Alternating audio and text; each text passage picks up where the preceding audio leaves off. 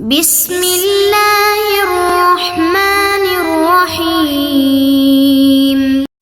بسم اللہ الرحمن الرحیم۔ السلام علیکم ورحمۃ اللہ وبرکاتہ۔ عزیز طلباء، امید ہے بخیر و عافیت ہوں گے۔ تفسیر جلالین سبق نمبر 53 کے ساتھ آپ حضرات کے سامنے حاضر ہیں۔ آج کا سبق انشاءاللہ انما حرم علیکم المیتۃ سے لے کر آیت نمبر 174 فما اصبرہم علی النار تک پڑھیں گے۔ تو آئیے بالآخر سبق کی ابتدا کرتے ہیں۔ ترجمہ دیکھیے پہلے۔ انما حرم علیکم المیتۃ والدم ولحم الخنزیر وما اہل بہ لغیر اللہ، اور اس نے تمہارے لیے حرام کیا ہے مردار جانور اور بہتا ہوا خون،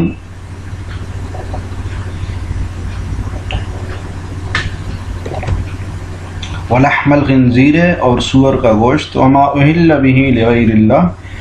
اور جس پر اللہ کے سوا کسی اور کا نام پکارا گیا ہو تمہارے لیے حرام کیا ہے۔ ومن اضطر غیر باغ ولا عاد فلا اثم علیہ، ہاں اگر کوئی شخص انتہائی مجبوری کی حالت میں ہو، ومن اضطر غیر باغ،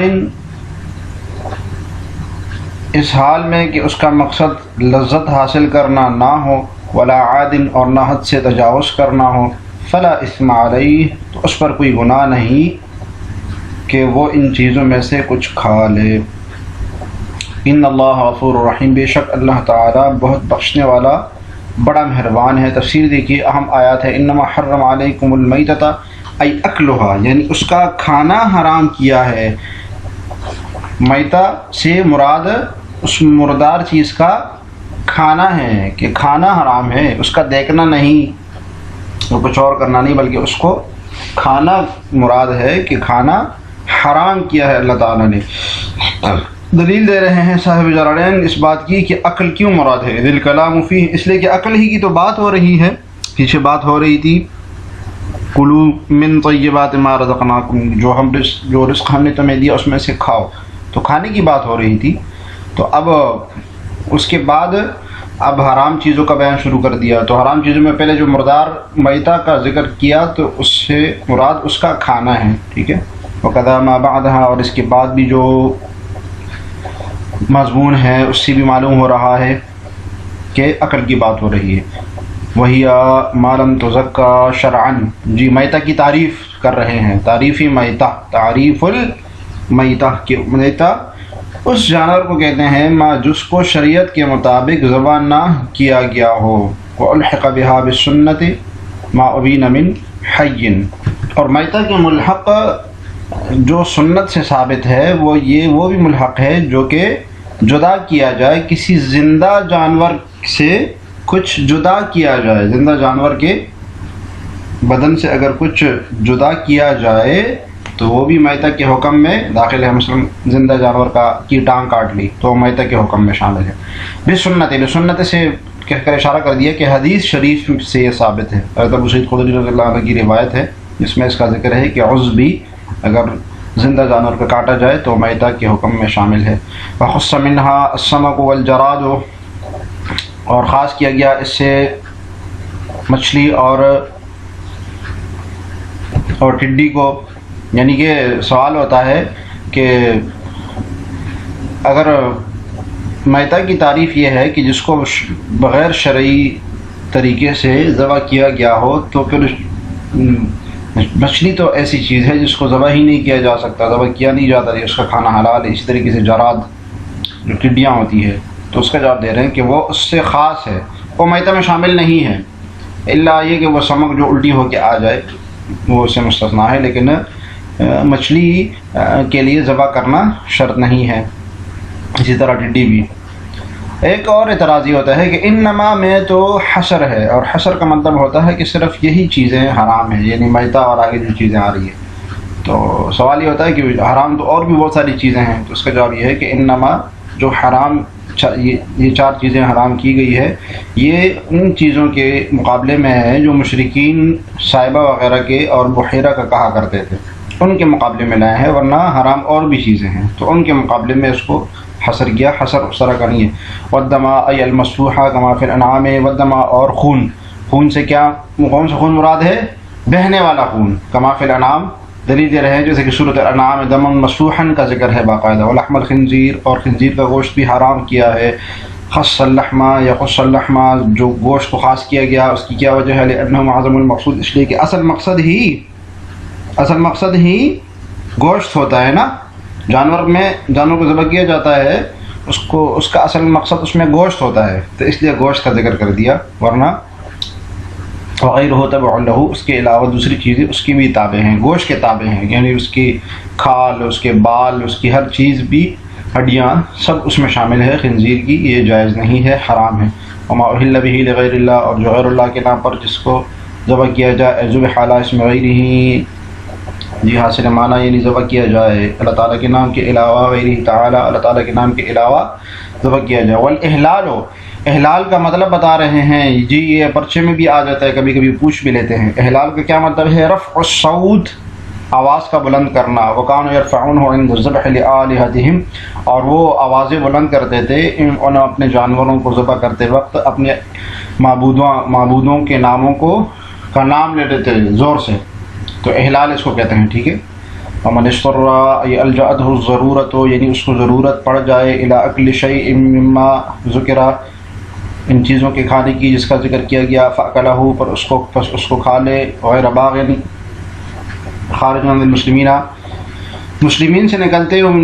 سے نہ نکلتے ہوئے، غیر باغ یعنی دار اسلام، اپنے حد سے یہ جو ہے لذت حاصل کرنے والا نہ ہو، ٹھیک ہے۔ خارج عن المسلمین، ان مسلمین جو جماعت سے نہ نکلے، یعنی اس کو حلال نہ سمجھے، مقصد کیا ہے کہ حلال سمجھتے ہوئے نہ کھائے، بلکہ حرام ہی سمجھ رہا ہو، لیکن حرام سمجھتے ہوئے اس کو ضرورت ہی نہیں پڑ جائے کہ وہ زندہ نہیں رہ سکتا۔ ولا عاد،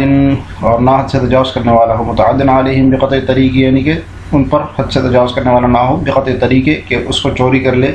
یا ڈاکہ زنی ڈال لے، صورت ہے اس کی، عاد کی صورت، ٹھیک ہے۔ فلا اثم علیہ، تو اس پر کوئی گناہ نہیں ہے، فی اکلی، اس کے کھانے میں، ان اللہ غفور لاولیائہ، اللہ تعالیٰ تو اپنے دوستوں کو، اپنے اولیاء کو بخشنے والے ہیں، رحیم،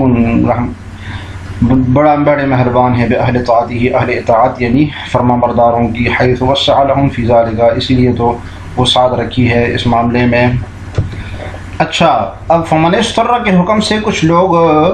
مستثنا ہیں، تو اس کا بتانا کہ خرج الباغی والعادی، کہ باغی جو ہے وہ بھی اس حکم سے خارج ہے، من اضطر کے حکم سے، والعادی، اور دشمن وہ بھی خارج ہے، ویلحق بہما، اور ان دونوں کے ساتھ ملحق ہے، کل عاصم بسفرہ، گناہ کا سفر کرنے والا بھی، کالعابق، جیسے کہ بھاگنے والا غلام، والمقاص،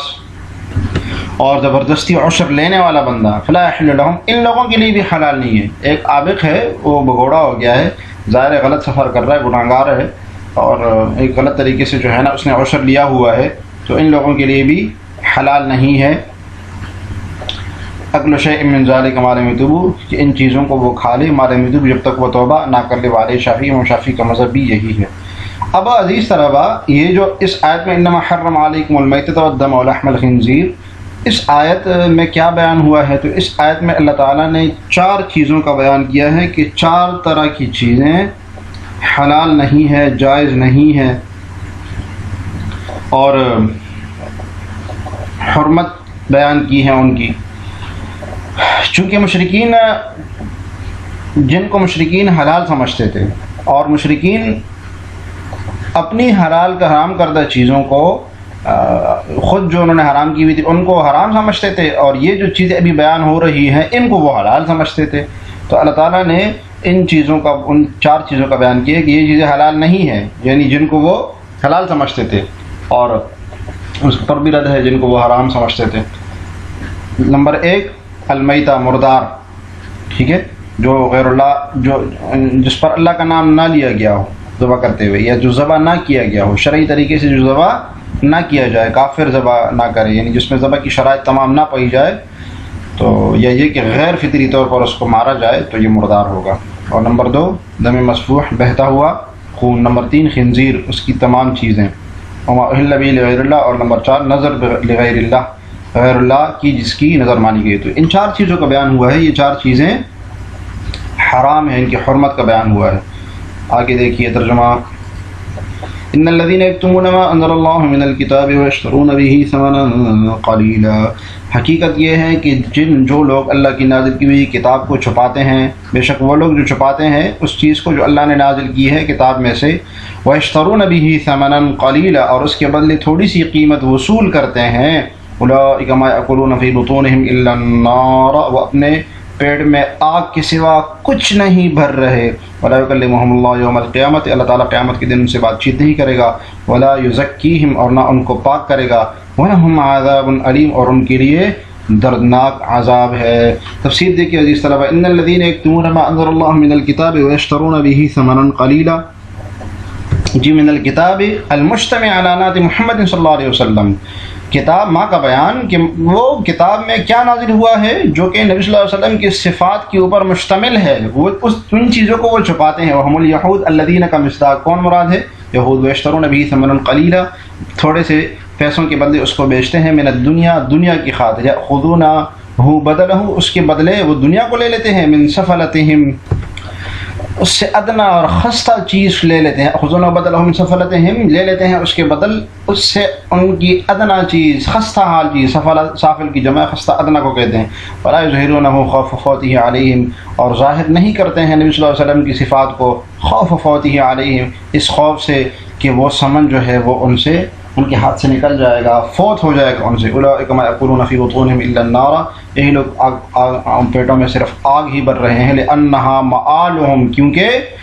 وہی ان کا ٹھکانہ ہوگا، تو جب وہ جہنم میں ہی ان کا ٹھکانہ ہوگا، جہنم میں ہوں گے تو آگ ان کے پیٹوں کے اندر چلی جائے گی۔ ولا یکلمہم اللہ یوم القیامۃ غضبا علیہم، اللہ تعالیٰ غصے کی وجہ سے مفعول لہ ہے غضبا علیہم، بات چیت نہیں کریں گے۔ ولا یزکیہم یطہرہم من دنس الذنوب، تزکیہ کا معنی کہ پاک نہیں کریں گے، گناہوں کے میل سے ان کو پاک نہیں کریں گے۔ وَلَهُمْ عَذَابٌ عَلِيمٌ مُؤْلَمٌ، جو علیم کے صفت کہ ایسا درناک، ایسا عذاب جس کو درد دیا گیا ہو، سمجھ آ رہی ہے، وہ عذاب ہوگا ان کے لیے۔ النار مصداق اس کا، عذاب علیم کا مصداق کیا ہے؟ آگ، جہنم۔ جی، حرمت کے بیان کے بعد اب تخفیف اخروی ہے ان یہود کے لیے، ان لوگوں کے لیے جو کہ حلال چیزوں کو حرام کر دیتے تھے اور حرام چیزوں کو حلال کر لیتے تھے۔ اس کے ساتھ وہ بڑا گناہ یہ بھی کرتے تھے کہ وہ نبی صلی اللہ علیہ وسلم کی جو صفات ان کی کتاب میں بیان ہوئی ہے اس کو بھی چھپا لیتے تھے، اور اس کے بدلے میں حرام کاری کرتے تھے، پیسے لیتے تھے، اس کے بدلے میں پیسے بٹورتے رہتے تھے اس کو چھپا کر۔ تو اس کے لیے ان کی تخفیف اخروی ہے کہ اللہ تعالیٰ ان کو دردناک عذاب دیں گے، ان سے بات نہیں کریں گے۔ آگے دیکھیے، اولئک الذین اشتروا الضلالۃ بالہدی والعذاب بالمغفرۃ فما اصبرهم علی النار، یہ وہ لوگ ہیں، اولئک یہ وہ لوگ ہیں جنہوں نے ہدایت کے بدلے گمراہی کو خرید لیا ہے، والعذاب بالمغفرۃ، اور مغفرت کے بدلے عذاب کو، ٹھیک ہے، مغفرت کے بدلے عذاب کو خریدا ہے اور گمراہی کے بدلے، ہدایت کے بدلے گمراہی کو خرید لیا ہے۔ فما اصبرهم علی النار، چنانچہ اندازہ کرو کہ یہ دوزخ کی آگ سہنے کے لیے کتنے تیار ہیں، کس قدر صبر کر رہے ہیں، کس قدر سخت صبر ہے ان کا آگ کے اوپر، ٹھیک ہے۔ اولئک الذین اشتروا الضلالۃ بالہدی اخذوها ببدلها، اخذوها بدلہ، یعنی اس گمراہی کو لے لیتے ہیں، بدلہ ہدایت کے بدلے، فی الدنیا، دنیاوی مقصد کے لیے دنیا میں، والعذاب بالمغفرہ، اور مغفرت کے بدلے عذاب لے لیتے ہیں، المعدۃ لہم، جو کہ ان کے لیے تیار کی گئی ہے، فی الآخرۃ، آخرت میں، لو لم یکتموا، اگرچہ وہ اس کو چھپائے نہیں۔ جی، المعدۃ لہم فی الآخرۃ، وہ مغفرت جو آخرت میں ان کے لیے تیار کی گئی تھی، لو لم یکتموا، اگر نہ چھپاتے نبی صلی اللہ علیہ وسلم کے اوصاف کو۔ فما اصبرهم علی النار، ای ما اشد صبرهم، یعنی کس قدر سخت ہے ان کا صبر۔ وہو تعجیب للمؤمنین، یہ فعل تعجب ہے اور مومنین کے لیے تعجیب ہے اس میں، کس طرح، من ارتکابهم موجباته من غیر مبالات، کہ وہ اس صبر کو مرتکب ہو رہے ہیں، وہ یہود، وہ کفار، بغیر کسی بے پرواہی کے، کہ مومنین کے لیے تعجب کا وہ ہے کہ وہ یہ کافر کیسے اتنا بڑا صبر کر دیتے ہیں آگ کے لیے۔ وَإِلَّا فَيُصَبِرُ اللَّهُ، ورنہ کون، ورنہ کیا صبر ہوگا ان کے لیے، کیا یہ صبر ہے کہ وہ آگ پر صبر کریں، انتظار کریں اس کا۔ بس اس طرح آج کا سبق اتنا ہی۔ آج کے سبق سے متعلق سوال یہ ہے کہ میتہ کی تعریف لے کے آپ نے اس سبق میں پڑھا، انما حرم علیکم المیتۃ، تو میتۃ کی تعریف آپ نے پڑھی ہے، ذرا تفصیل بھی اس میں پڑھی ہے، اس کو کمنٹس میں لکھیے گا۔ اللہ تعالیٰ ہمیں ذرا پڑھنے اور سمجھنے کی توفیق عطا فرمائے۔ السلام علیکم ورحمۃ اللہ وبرکاتہ۔